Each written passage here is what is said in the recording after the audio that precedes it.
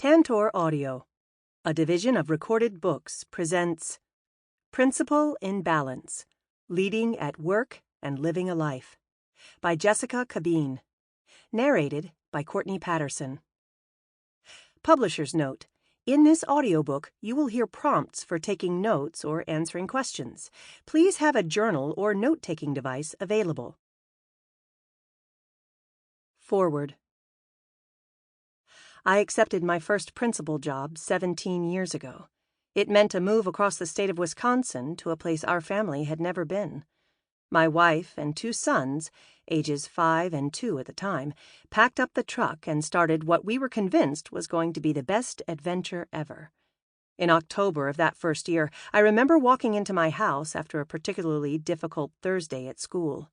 Student issues, staff issues, parent issues, and supervisor issues all seemed to hit on a crisp, cool Wisconsin fall day. I saw the boys and my wife at the kitchen table getting ready to eat dinner as I fumbled into the house, exhausted, and put my bag down. I sat down at the table, famished from not eating anything while at school, and began to attack the wonderful meal my wife prepared for everyone. After what seemed to be only a few minutes, I looked up from my plate, and the boys were gone. My extremely supportive wife was looking my way, and I asked her where the boys had gone. Her response was, "Your son just asked you 3 questions about your day, and you never even picked your head up. We need to figure this thing out really quickly." I would love to tell you that from that moment I have been an incredible husband and a wonderful father who has everything figured out. But that's simply not true. I absolutely have struggled, and that comes with the job. Having said that, when we go and go and go and do and do and do, we don't take a step back to realize the impact of go, go, go and do, both positively and negatively. Often we look back and can't remember how we got there.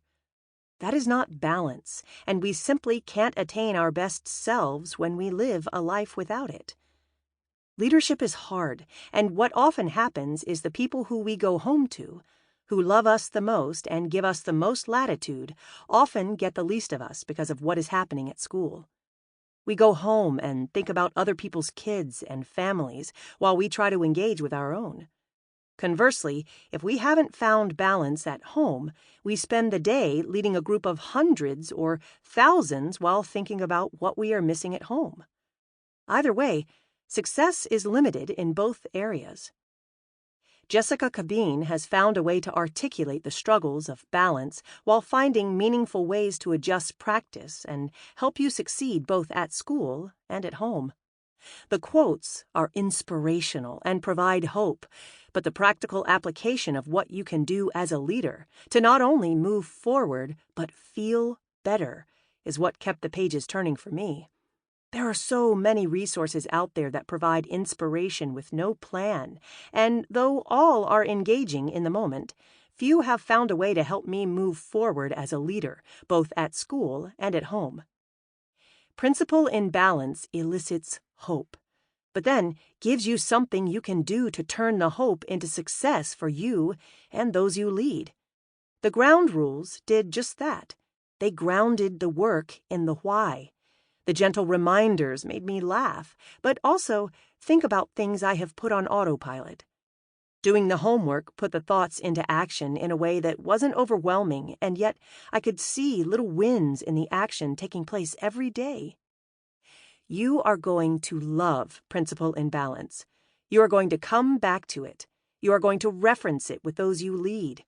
I only wish it was sitting on that kitchen table 17 years ago. Joe Sanfilippo, Ph.D., 2019 Ed Dive National Superintendent of the Year, author and speaker. Part 1. The Ground Rules of Balance. When you live well, you lead well. #Principle in Balance. The inspiration for this book came from an unexpected Friday in May. If you are an educator, you know nothing is expected, and there are always surprises in May, especially in May of 2021. On this Friday, I spent the morning dancing with my mask on and waving to 400 hybrid students in Ellis Middle School. I went into a 6-hour planning session for the upcoming master schedule while trying to balance the 80 emails I received. I ran home quickly to let our pandemic puppy out at lunch, came back, crafted a few parent messages for our school messenger, and said goodbye to students as they got on buses for home and sports. During the day, I was criticized, yelled at, and at the end of the day, hung up on. At 4:00 p.m., my normal routine was to get my 5th coffee of the day and settle in for a few hours of work and emails while my teenagers were out and my husband was at work. But not this Friday. On this day, I logged off and left school. I drove 40 minutes with no podcasts, music, emails, calls, or conferences. Just quiet. I stood in Minnesota May weather. Sleet/snow is always possible, and cheered on my 8th grade son and his newly acquired sport, track. Typically, when I got home to get him off the bus from his meet, I would race home and finish what came through when I was offline. Instead, this Friday, we drove to watch a friend's soccer game for another 2 hours. By the time I got home, I was so fulfilled from spending time with my son, I didn't feel guilty about not putting in the usual 14-hour workday. So often, as servant leaders, we have a hard time learning when to stop and focus on ourselves. I just can't believe it took me a random Friday in May, well into my educational career, to realize it. So, entering the later stages of my career, I have learned a lesson I wish I would have learned much earlier on. Life is more than our title. Our primary priorities should rest outside of our day job. I strive every day to be a better principal in balance, one who is learning to lead at work and have a life, one who embraces time in rest instead of resisting the chance to pause, a person who learns to let the angry phone calls go and lean into the relationships of those closest to me at school and at home. I am becoming a principal who recognizes I can't be good for anyone if I am not good to myself first. One who has embraced a regular morning routine that always involves some form of self-care.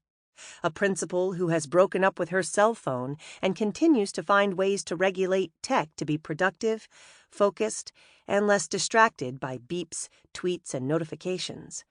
These life lessons have been learned over the past 10 years on many unexpected Fridays. I have lost time with family because I prioritized emails and evening school activities over bedtime with a toddler. I almost lost friends because I always was distracted by emails, texts, and phone calls instead of focusing on who was right in front of me. And for a period, I lost myself and who I was supposed to be when the adoption of our son was disrupted. So, how are you? Are you in a season where you question why you are teaching or leading? Are you struggling with prioritizing what needs to get done and what you can delegate or just let go? Have you canceled or forgotten to schedule your own medical, dental, and counseling appointments because you just don't have time? Yet, will you cover a colleague's class so they can make their own appointments? Do you remember the last time you went to dinner with friends, family, or your spouse? What about the last time you sat and read a book? For fun. Teachers, paraprofessionals, administrative assistants, central office staff, please don't let the title of this book deter you from reading. Being a principal in balance is more than a school title, but an opportunity to lead your own work and life, no matter what your business card says. Becoming a principal in balance is not an endpoint, but a journey.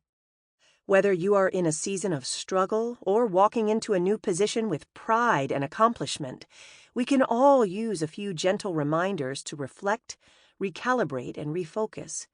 This book tackles some of the biggest struggles educators have in reaching points of rest.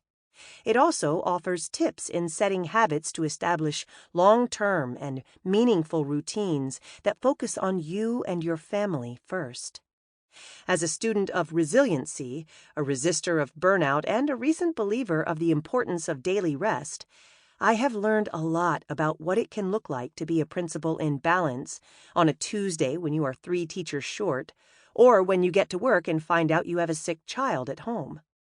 Through these experiences, we will walk through ways to establish habits for health and navigate the hiccups to the plans you put in place. I will admit, this is kind of a bold move to write a book on balance when I am still trying to figure it out. Yep, I haven't found the unicorn, the perfect fit, or the magic key to making my life work every day. What I do have is a passion to make a difference, and an understanding I can't operate at an unsustainable pace for long. You see it every day on social media, news outlets, and other channels. We are tired. You hear it from friends, co-workers, and trusted colleagues in work and life. I need to quit.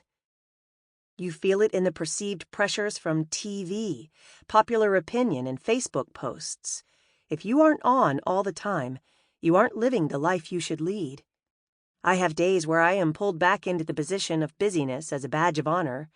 I still struggle with understanding that sometimes I have to slow down to see exactly the direction I am trying to go. When you are used to going at an unsustainable pace, creating a normal rhythm seems selfish and slow. Finding joy in seeing margin in your calendar seems counterintuitive to the pace of filling every day in your planner and accounting for every minute in the day. And my heart still hurts when I say no to others because I need to stop and say yes to myself. When we are called to a career that prioritizes serving, it can create, unintentionally, a sense of sacrifice over ourselves, no matter what the cost. In this work, I have learned a lot of lessons, and through this journey, I have been acknowledged in many ways. In 2016, I received the NAESP Vinci Digital Leader of Early Learning Award. I also struggled with feeling like I wasn't enough for the students I served and my family at home. In 2017, I was awarded the National Distinguished Principal Award for the state of Minnesota. And in 2018, I was slammed on social media by fake accounts and false stories about my ability to lead in schools. In 2019, I was speaking regularly and had published my 4th book. And in 2020, COVID was the lowest low of my career. In 2021, I was recognized as the K-12 Dive Education Awards Principal of the Year. And in the winter of 2022, I experienced daily anxiety attacks that at times incapacitated me at work and in life. I don't share this with you for sympathy.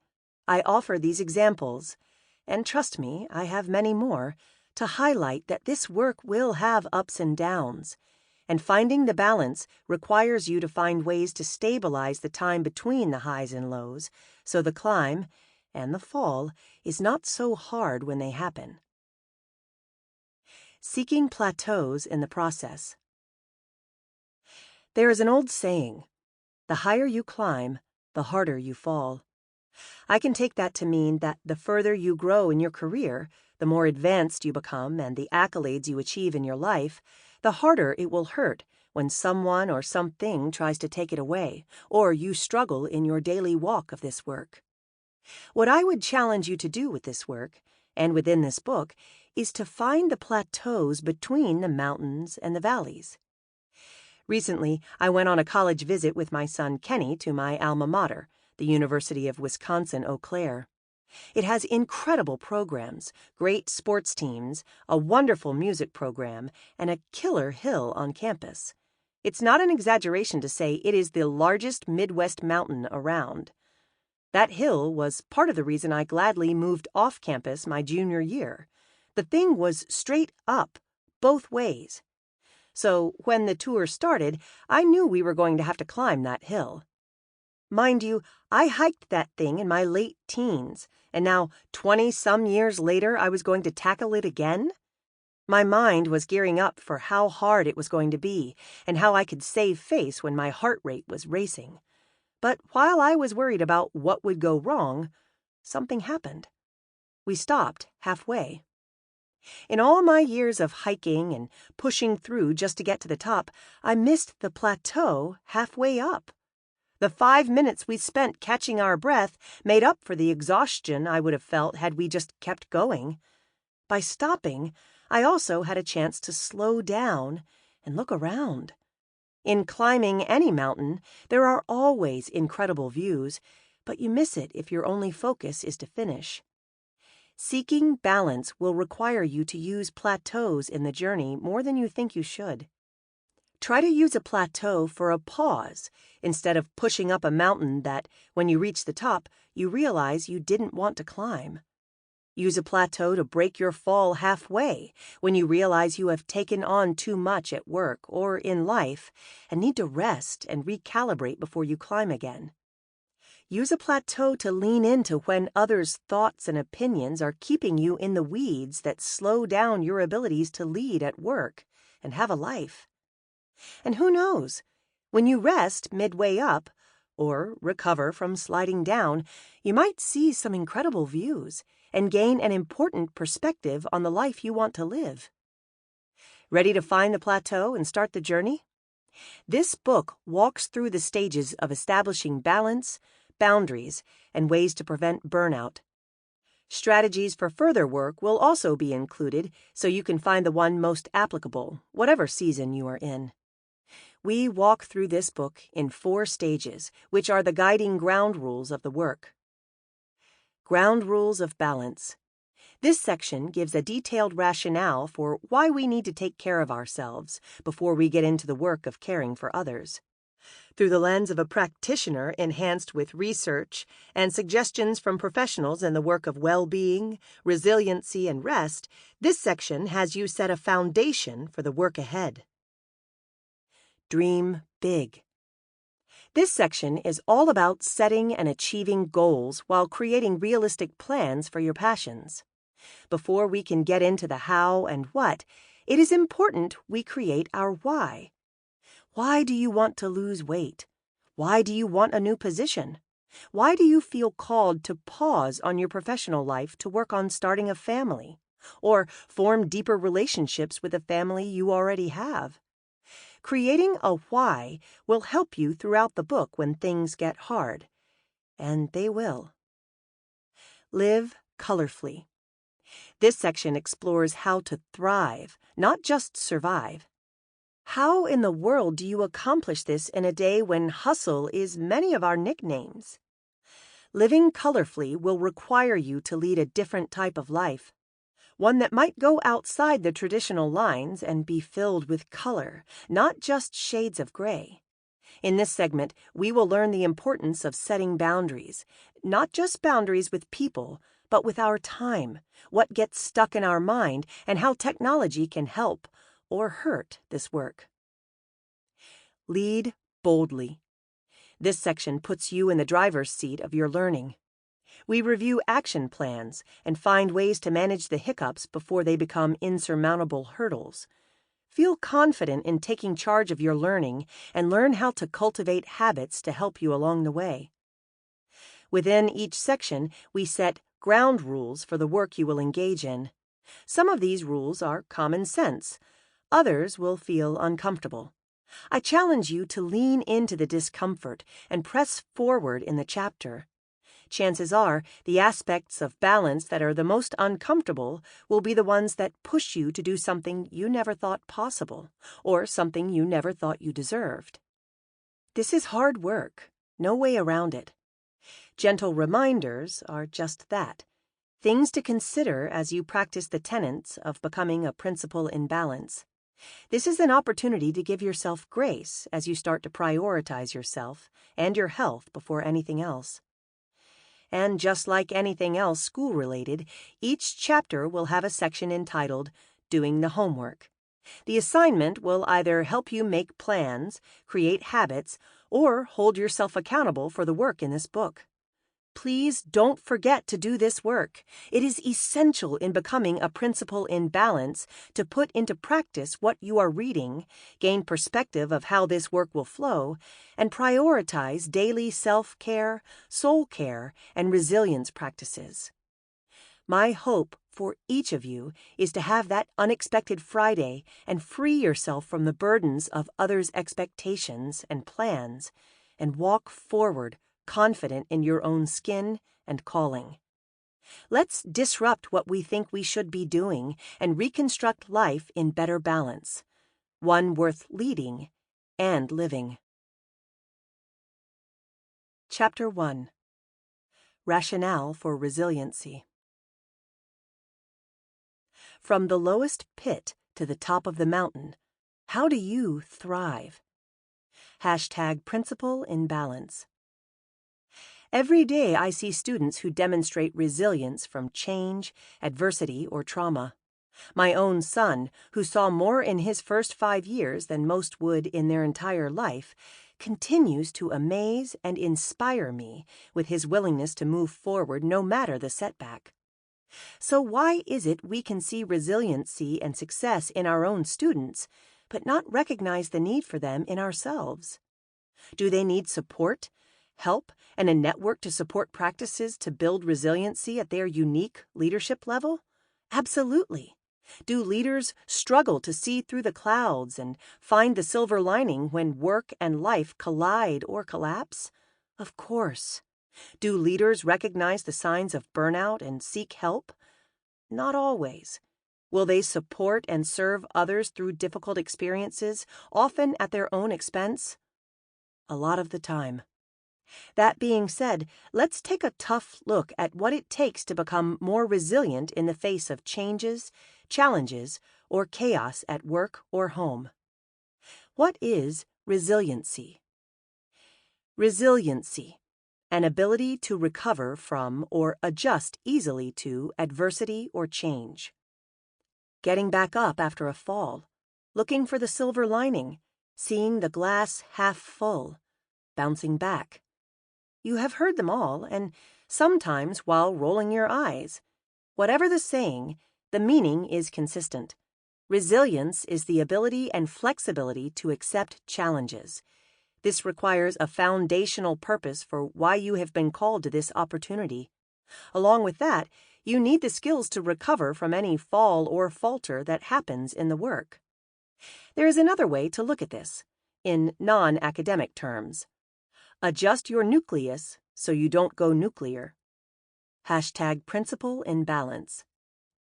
Our nucleus is our core, beliefs, passions, and abilities to navigate life.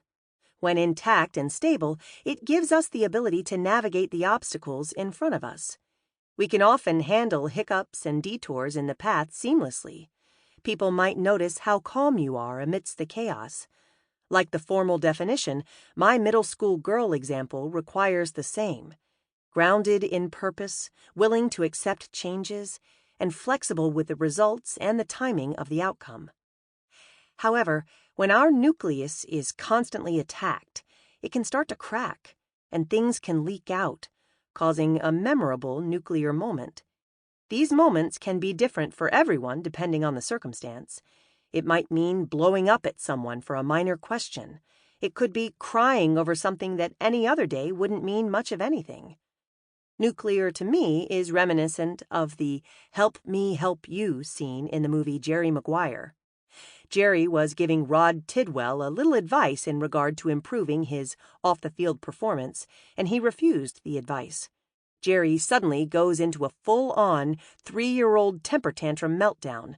His thought bubble pops, and he says everything he was thinking and ultimately causes Rod to laugh and end the scene with, "You, my friend, are hanging on by a very thin thread." Sound familiar? We have all had that nuclear moment. The difference between nuclear and not depends on the resiliency of your nucleus. During the process of adopting a child, I read all the books and blogs, took the classes, and networked with other moms in various stages of the process. I attended the weekend boot camps in which counselors, social workers, and adult adopted children prepared us for the worst by giving us strategies for the best.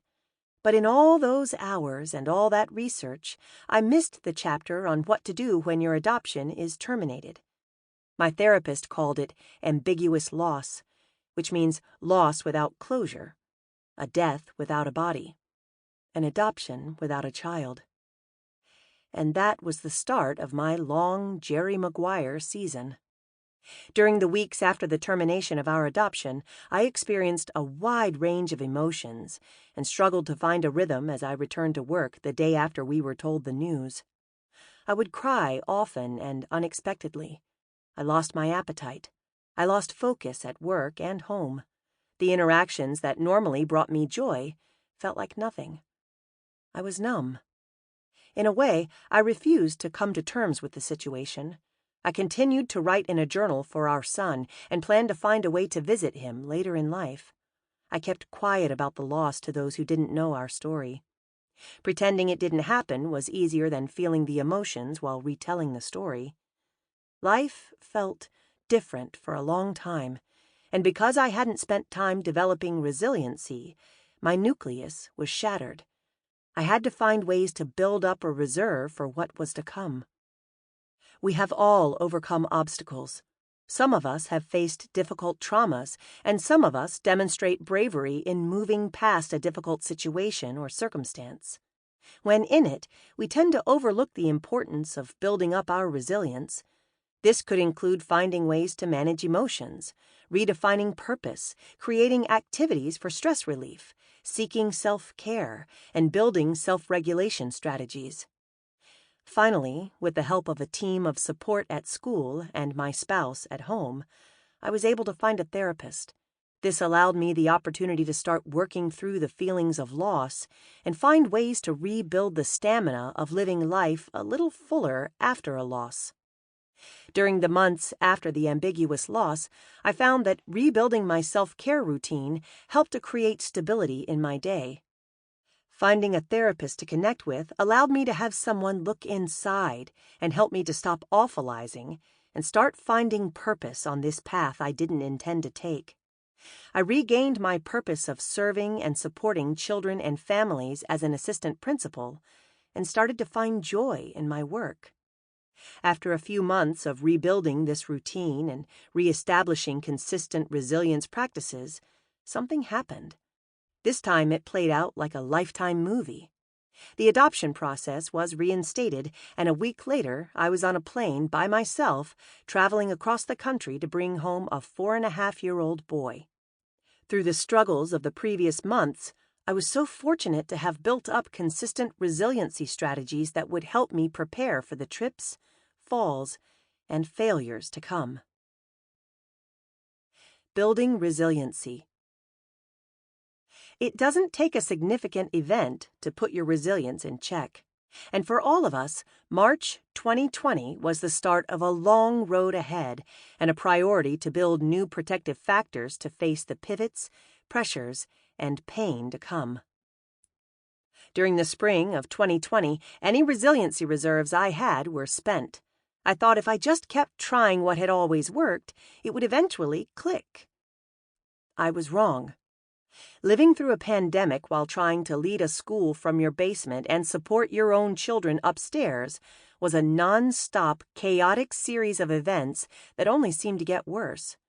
By May, I realized my pace, combined with my attitude, was not sustainable. Burnout, blow-ups, and breakdowns were occurring more often, and I was slowly becoming someone I didn't recognize. Realizing this was not going to go away in August, after the summer break, I decided to dig deeper into the research around resilience for myself, as well as for the educators and families I would serve again after the summer. A dear friend connected me with the work of Dr. Clay Cook, and by the end of June, I started a course he offered online entitled Becoming a Resilient Person: The Science of Stress Management and Promoting Well-Being.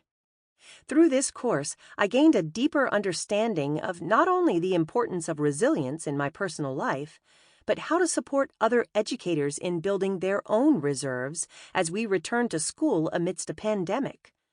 One of the key aspects of the course I continue to live by is that a resilient person is someone who purposely strives to be as mentally and psychically healthy as possible, possesses the confidence to effectively cope with and manage stressful situations, is compassionate toward self and others, demonstrates grit or perseverance even in the face of adversity, focuses on the positive and fulfilling. Sample complete. Ready to continue?